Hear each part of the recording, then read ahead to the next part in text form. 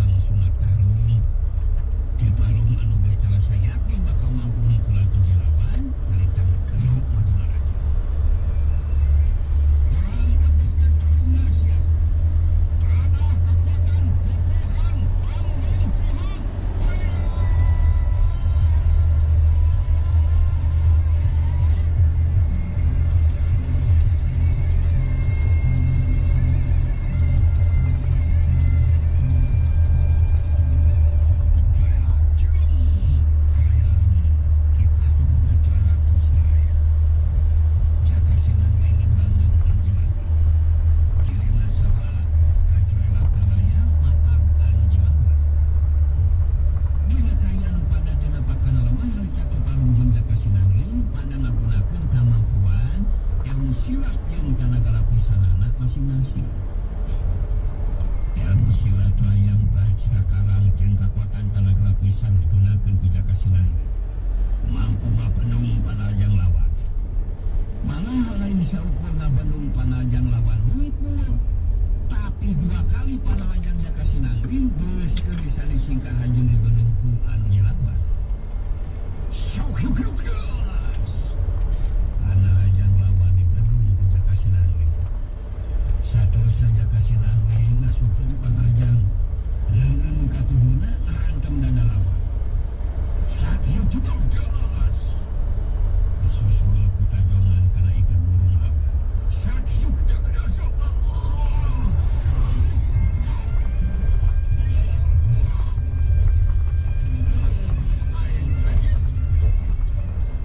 Ki Parung ngageunaan nyeri banyak yang kang moyang katukan.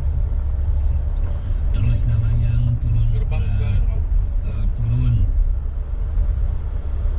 tiba maring lemah jengkang payang pedut Ki Parung dina sela-sela dua durmamil membalik getian anak teh. Nanakeun Ki Parung nyandangan katul jero anu Gerbang buka. hayang cek Jaka Sinangling nampak anu lemah terus majukeun bijaksana.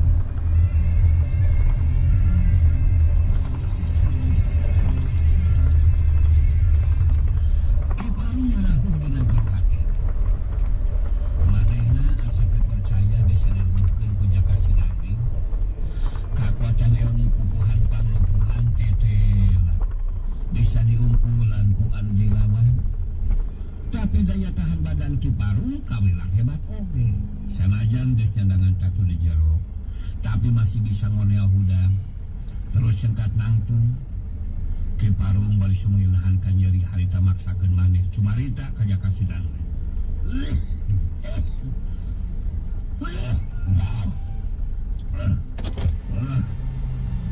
Si lain memang hebat Jaka Sinangling. Geus mampu harbukan dewek. Tapi si lain kudu ngarti. Aduh, ayo bujur sanonton ini. Nyeun masalah jeung dewek geus sia. Eta hartina nyeun masalah jeung pihak laki warakas. Jadi si lain tong kadohong. Mun isuk pageto, Ki Warakas bakal ngampungan tina Jaka Sinangling Jaka Sinangling.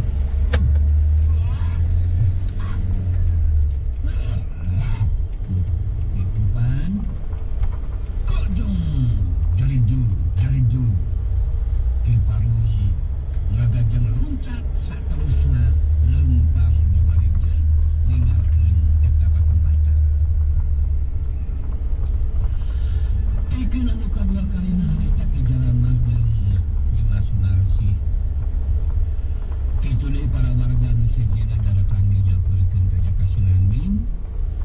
Harita anu daratang nyampeukeun teh pada negelakeun dirasa panuhuna ka Jaka Sinangling anu geus ngabebaskeun para warga tina pangaruh jeung kakawasanana Ki Parung anu geus ngagabungkeun deui ka pihak Ki Warakas.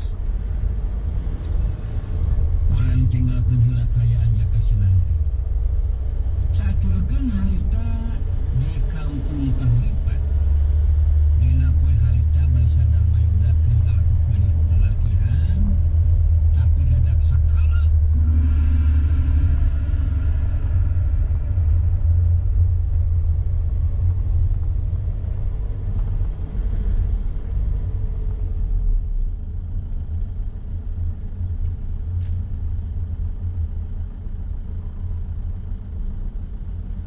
Sampurasun Barai Cakra. Sebelum dongengnya dimulai, jangan lupa subscribe, tekan tombol lonceng, terus ditunggu juga nih like dan komen ya.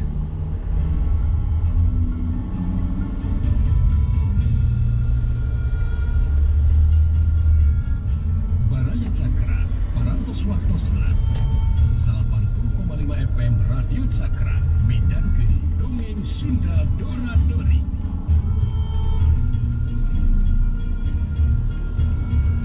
Simkuring sapara kanca ngahaturkeun wilujeng ngadangukeun.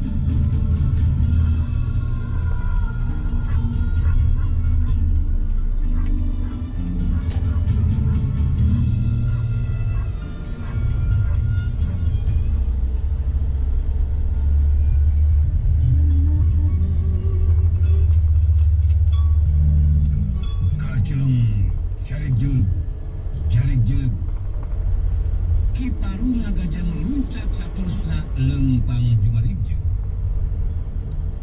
Pikeun anu kadua kalina harita Ki Jaramas jeung Nyi Mas Sunarsi kitu deui para warga anu sejena daratang dinyampeurkeun ka Jaka Sinangling.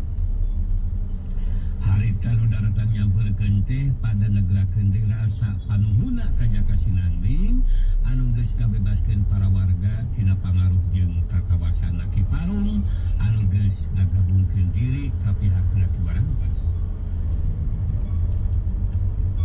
Urang tinggalkeun heula kayaan Jaka Sinangling baraya podga ieu. Caturkeun harita di kampung kahuripan dina poe harita barisan Darmayuda keur ngalakukeun latihan. Dang boleh dikeukehan ku Oman Suroman Jawara Gunung Haruman alias Jawara Budeg jeung Jaka Cece si kipas pedang minta dilatih ku Nang Bule ngarah bisa leuwih ngaronjatkeun kamampuan ilmu silat. Malah manggali oge anu rek milu berjuang harita milu latihan bareng maturan Oman Suraman jeung Jaka Cece. Nang Bule nyumponan kana pamentana Oman Suroman jeung Jaka Cece katut manggali. Sedengkeun di tempat anu bisa harita Subanteng Wulung keur dihulup ku 5 urang lawan. Kamampuan ilmu silat Subanteng Wulung geus leuwih ngaronjat sabab mineng dilatih ku Rasanti. Anu keur ngahulup Subanteng Wulung 5 anana ngeureunkeun heula panarajang bari ngalatur reng hapanapasna. Wah, kumaha latihan narung teh ngalah ka ngeureunnan ngalangu paginingan eung. Kumaha lamun engkrek nalika narung ngenyaan lain bodo-bodoan nyira aku ngeukeun narung ngarek istirahat heula jeung teu ngatri di dieu mah urang mah sangkitu nganghurup 5an napina ngacan ngayangan bingsa ngasupkeun mandarajang kang urang geuningan.